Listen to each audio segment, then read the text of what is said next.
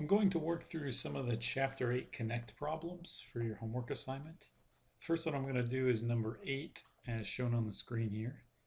8 said, shown below is the sales forecast for Cooper Inc. for the first 4 months of the coming year. We're also told that on average 50% of credit sales are paid for in the month of the sale, 30% in the month following sale, and the remainder are paid 2 months after the month of the sale. Assuming there are no bad debts, we're trying to solve for the expected cash inflow in March. One thing you may find helpful with this type of problem is to lay out sort of a mini matrix to keep track of when each portion of each month's sales were collected and also any cash sales that were made in the same month. So for example, in January, we collected half of January's sales. So I'm going to indicate 50% of January's credit sales here at $100,000. And I'm also going to, before I forget, add a cash line and note that January had $15,000 in cash sales. Well, what else did we collect in January? We didn't collect any of February, March, or April's sales. So in essence, no dice there. In February, we collected cash sales of $24,000. We also collected 30% of January's sales, based on our rule that we typically collect 30% of each month's credit sales in the month following sale. So 30% of January's credit sales of $100,000 means we collected 30,000 of those sales in February. We also collected in February 50% of February's credit sales. That's 50% of the 120,000. We didn't collect any of March or April sales in February, quite naturally. Moving forward to March, we know that we collected 18,000 in cash sales. This is the month we're most concerned with. We also collected 20% of January's sales. Just to recap, that was 50% of credit sales paid in the month of the sale, 30% the month following, and the remainder, or 20%, 2 months after the sale. That means we're collecting the last 20% of January sales here in March. So there's $20,000. We're also collecting 30% of February sales in March. Again, following our rule of 50, 30, and 20 in terms of collections. So 30% of February's credit sales of 120 collected in March. And we're also collecting, last but not least, 50% of March's credit sales in March. Not collecting any of April's sales in March. So to get a cash inflow for March, we're just summing all of the collections for March, which again were 20% of January sales, 30% of February sales, 50% of March credit sales, and then all of March's cash sales. So that total is $119,000. If we had to finish out for April here, we'd just follow the same pattern. January has been collected completely, so we can black that box out. We're collecting the last 20% of February credit sales here in April. We're collecting 30% of March credit sales here in April. Collecting half of April credit sales. And then we were told that cash sales in April were $14,000. I know April wasn't part of the problem. I just wanted to illustrate kind of the end-to-end setup here. The next problem up is problem 10 from your Chapter 8 Connect homework. 10 said the following data have been taken from the budget reports of Branding Company, a merchandising company. So we know purchases and sales for January through June. We're also told that 40% of purchases are paid for in cash at the time of purchase. 30% are paid for in each of the next 2 months.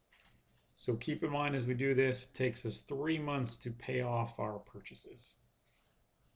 We were also told purchases for the previous November and December were $150,000 per month. Employee wages are 10% of sales for the month in which the sales occur. So our sales are going to factor in here, right? Selling and admin expenses are 20% of the following month's sales. July sales are budgeted to be $220,000.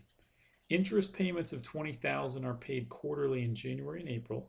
Brandon's cash disbursements for the month of April would be what?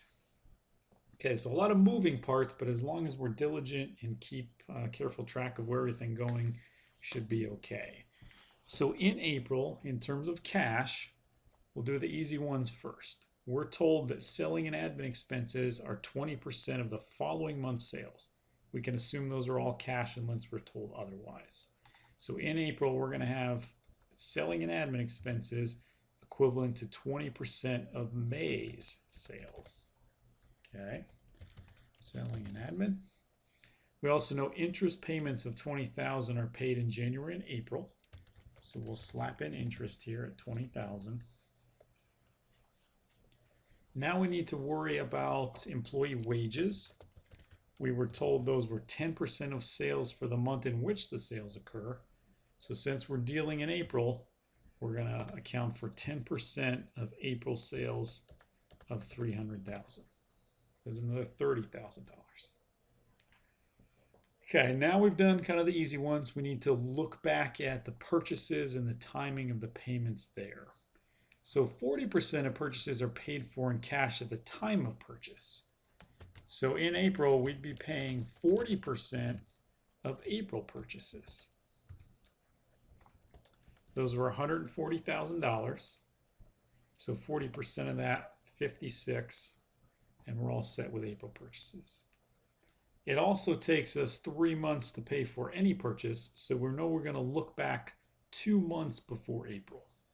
So we've got March purchases to account for, as well as February purchases.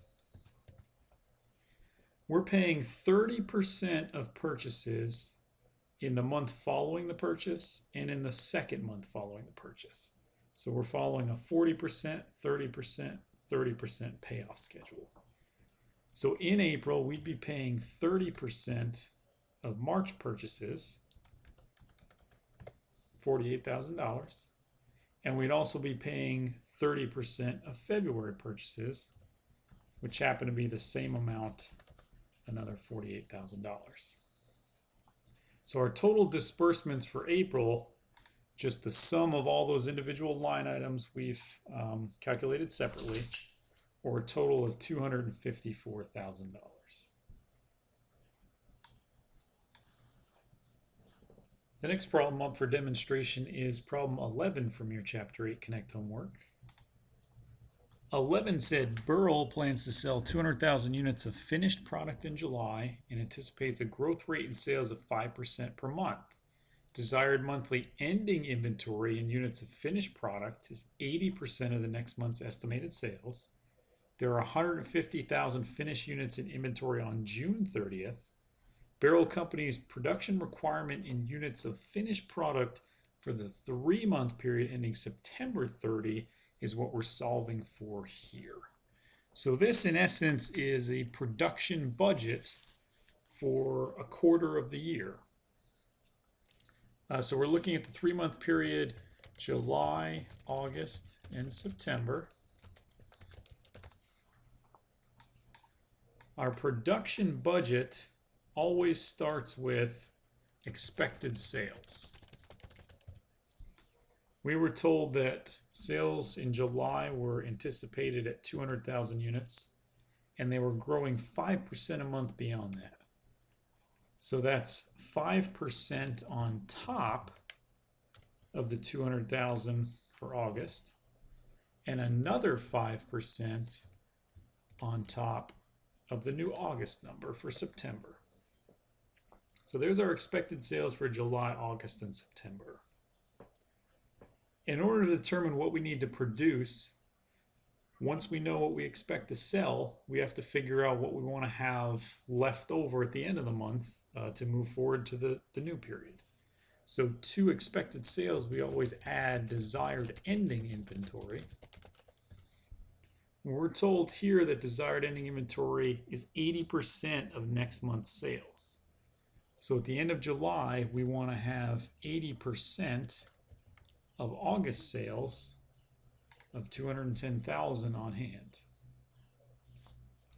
Similar idea for August and September. At the end of August, we want to have 80% of September sales on hand. And in September, we want to have 80% of October sales. We didn't calculate October sales for that first line, so we'll stick it out to the side here. We can still assume that that 5% growth rate's in effect. We're told that that was indefinite, basically. So October sales are 231,525. So at the end of September, I need to have 80% of that on hand. Typically for a production budget, we'll do a subtotal here, total units required. And that's just adding their expected sales plus what we want to have left over. Right? That's our total units required or our total needs. From the total needs, we can deduct those units that we expect to have on hand at the beginning of each period, because we don't want to double count those. So I'll say less beginning inventory. In July, we were told that 150,000 finished units were on hand at June 30. So we'll deduct 150,000 there. Now the beginning inventory in August is going to be the ending inventory at the end of July. So we'll just carry that number forward. Same idea for September. The beginning inventory in September is the beginning or the ending inventory, excuse me, at the end of August. So total units required minus what we're going to start with in beginning inventory equals our required production. So for July, that's 218,000 units. For August, that's the 218.4. And for September, that's the 229,320 we see there at the far right. So the original question asked us for the production requirement for the 3-month period ending September 30th.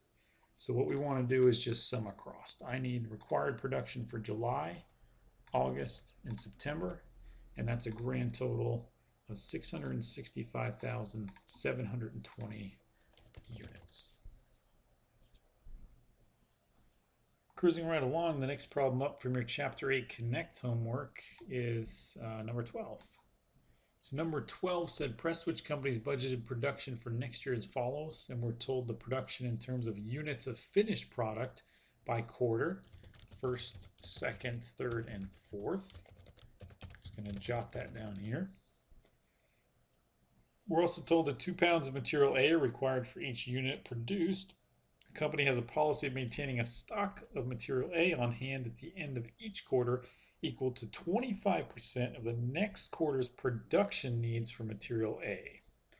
Total of 30,000 pounds of material A are on hand to start the year.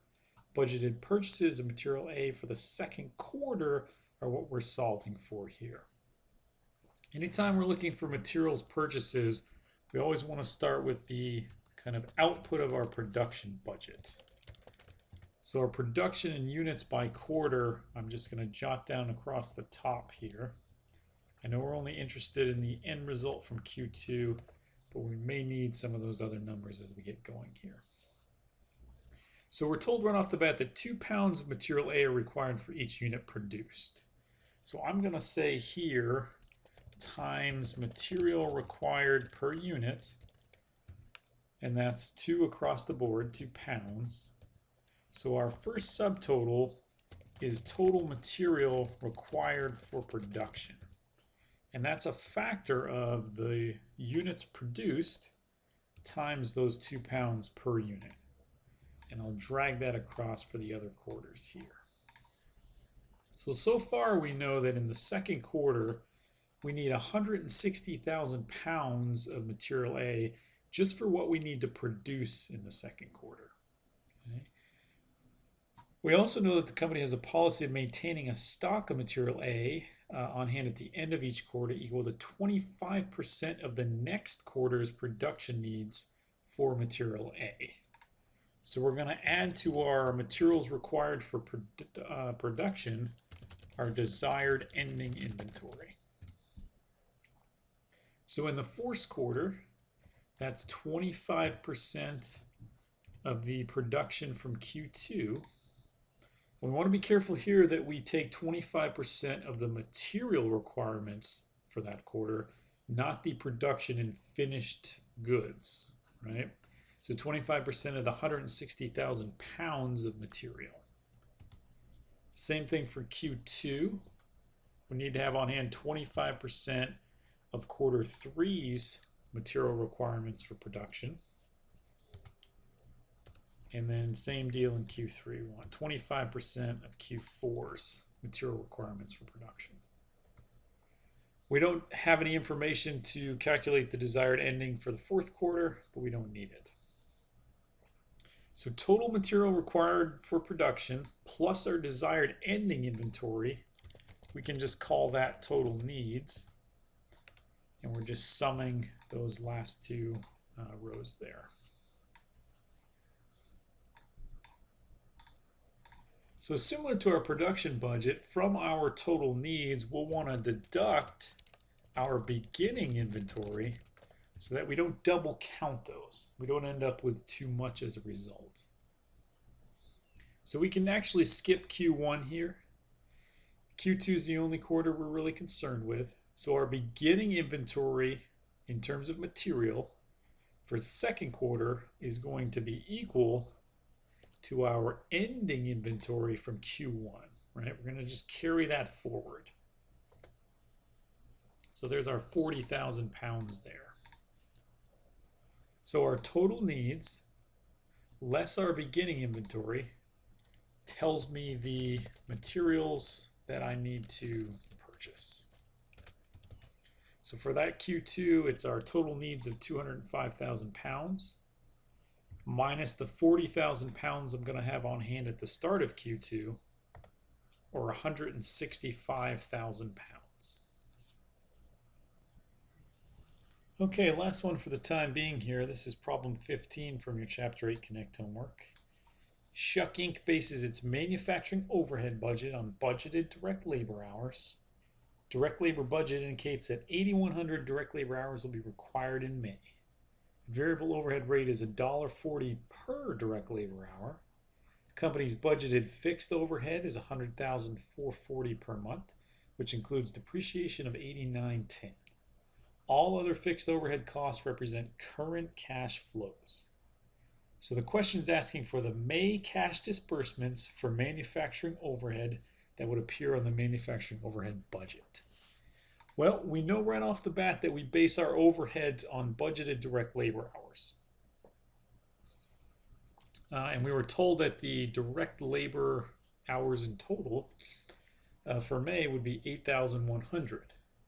So we can start by saying 8,100 direct labor hours times the $1.40 variable overhead rate would mean the assignment of a total of $11,340 in variable overhead on that overhead budget. That would be an all cash charge.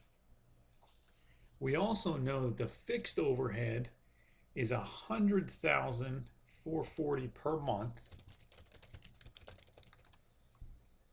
which includes depreciation of $89.10. So what we can do there is sum the variable portion and the fixed portion, and that gives us our subtotal of total manufacturing overhead for the month. And then we just want to make sure we back out the non-cash charge of $89.10 for depreciation. Okay, so now it's the total manufacturing overhead of $111,780 minus the non-cash depreciation of $89.10, and that means my manufacturing overhead budget for May would show cash disbursements of $102,870 for manufacturing overhead. Okay, the overhead budget would show total manufacturing overhead But what we're looking for is the cash disbursements related to overhead for May. So the one kind of kink in that was just to make sure we backed out the non-cash depreciation of $89.10. Bonus question, number 20 on the Chapter 8 Connect homework. Deschambault's working on its cash budget for December. The budgeted beginning cash balance is $14,000. Budgeted cash receipts total $127, and budgeted cash disbursements total $126. Desired ending cash balance is $40,000. To attain its desired ending cash balance for December, the company needs to borrow how much? So this may be fairly straightforward, but it's certainly worth working through. So our beginning cash balance, we're told, is $14,000. That's what it's budgeted for. We expect to collect in December here receipts to a total of $127,000. We also expect to disburse, pay out $126,000. So when we net those three items, right, our beginning balance of $14,000 plus our receipts of $127 minus our disbursements of $126, we're told that our cash potential, so to speak, is $15,000. Okay, that's our excess cash available of receipts and beginning balance above disbursements. We're told, however, though, that the company desires an ending cash balance of $40,000. So in order to attain that ending cash balance for December, we know that we're going to have to borrow some money. Right? So our desired balance, $40,000. And that means our borrowings for the month of December are just the difference between our desired balance of $40,000 and our potential cash available, highlighted, of $15,000. So on the financing line of our cash budget for December, we know we're going to include new financing to the tune of $25,000.